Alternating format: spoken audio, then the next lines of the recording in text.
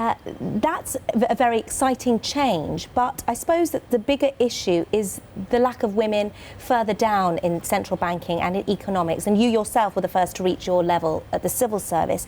So how important is it, do you think, to get women at board level within these policy-making areas versus within the corporate world? I think in the corporate world, having more women on boards, it shows something in terms of willingness perhaps of firms to change.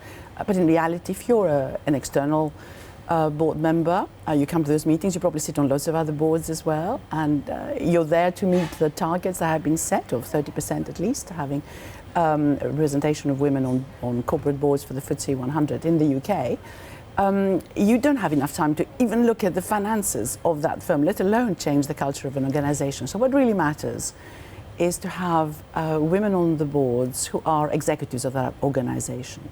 And you need, therefore, for that to have a proper pipeline so that it can allow women to rise through the ranks. And when you have to choose who to put in various positions, then you have a wider area to look at. And of course, if you don't, then that restricts competition. That's a big market failure that's out there. Now, if you look at what happens with central banks, where indeed you now have more women perhaps in senior positions, nevertheless, just look at the recent pictures of Christine Lagarde, who's taken over at the ECB, and her supervisory or her council. There is a woman, but all the others are men. So we still have a very male-dominated environment. What people are looking more at is what happens at the committees that decide monetary policy more generally and regulation more generally, and interest rates, of course, which are quite significant. There you have again a serious problem in terms of having enough women at those places where they can actually make some of the decisions. And there's been some work done by the IMF itself that calculated that if we had more women making those decisions, we probably would have had perhaps not as fierce as we've seen financial crisis 10 years ago. And interest rates probably overall would have been slightly higher than they are now, and there would have been a lot more caution in terms of allowing banks to do all the crazy things they did in the run-up to the financial crisis itself. So yes, it would have changed the balance, I think, of decision-making and therefore the outcomes that we would have had if we had had more women in those policy-making positions. But it's getting the right women in the right positions, and I notice in your book that you talk about Theresa May being the last person standing and potentially Christine Lagarde not being the best qualified for that position, so almost setting these women up to fail. I think Christine Lagarde will probably do fine, but of course I'm slightly prejudiced in that I think positions like that should be held by economists, as was the case with the ECB before with Mario Draghi, and this is the case right now, of course, still with Mark Carney at the Bank of England. Christine Lagarde is not an economist, but also both herself and also the new head, of course, of the European Commission were second choices. There were the women who came up very luckily, really, as the names to take over from the failed candidates, or at least the failure of agreeing on a male candidate, which was what I think was being discussed just before. So it's brilliant that we have these two women.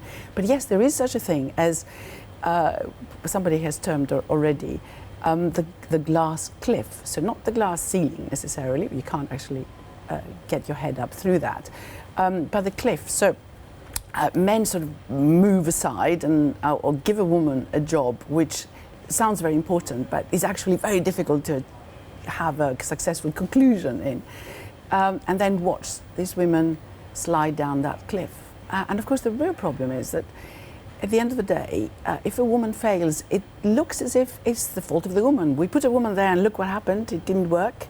So let's forget about that and put a man there next time. And the result is that we have very, very few senior women at top of organizations. And yet we have loads and loads of mediocre men on top of organizations. And that will not change while you still have this focus on how women do when they get to senior positions, and you're very ready to attack women as a whole if that particular woman you're following, if you like, doesn't do particularly well. So with the start of a new decade, 2020, what are the solutions that you're putting forward?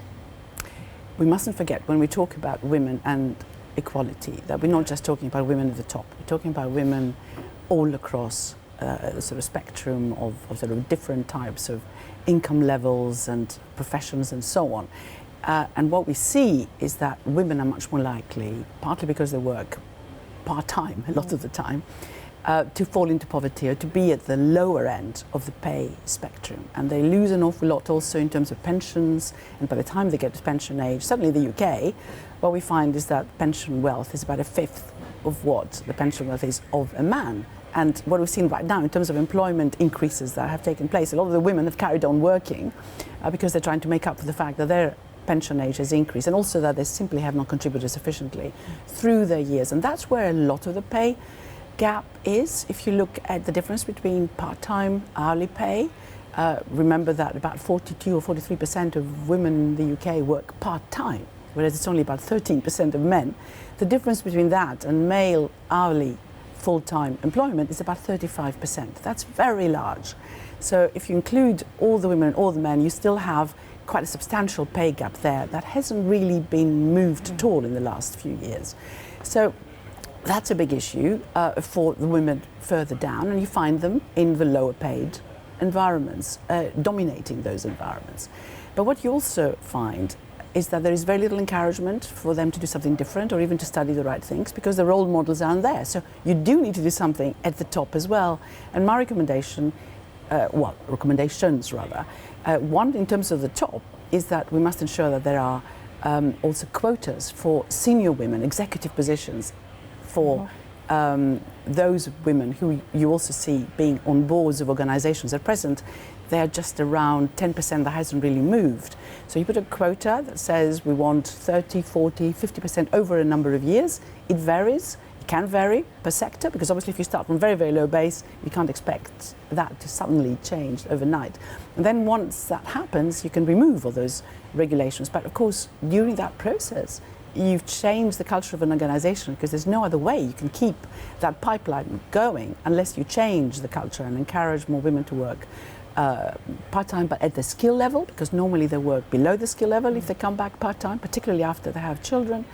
And you also, of course, affect that way how men work. So the benefit is both ways. But as we said at the beginning, what it does require is a lot of investment in that culture change. And that can only happen with state intervention that says, you've got to achieve that type of target that we've set to you, so a quota, over a period of time. That forces that change. And it's not that you discriminate in favor of women.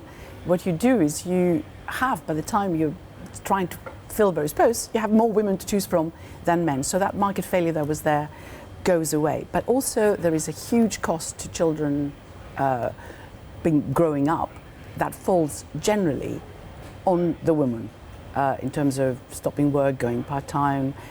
So what I also suggested that we should look very carefully at whether we can have subsidised, very heavily subsidised or free childcare. We see the impact that has in the Nordic countries in Europe in terms of women's labour force participation, and that would make a very big difference. And also enforcing paternal leave so that men and women take similar amount of time so that you no longer still have to ask, although it's illegal, companies still do ask a woman at an interview, how are you going to look after your children, or do you intend to have any? Because, of course, if you interview a man, it would be exactly the same. These things take time to take effect. It requires government intervention for this to happen. Firms have changed to a considerable extent, particularly some of the large firms are much more open to this and realise that they're losing a lot of the talent and the economy is less productive as a result.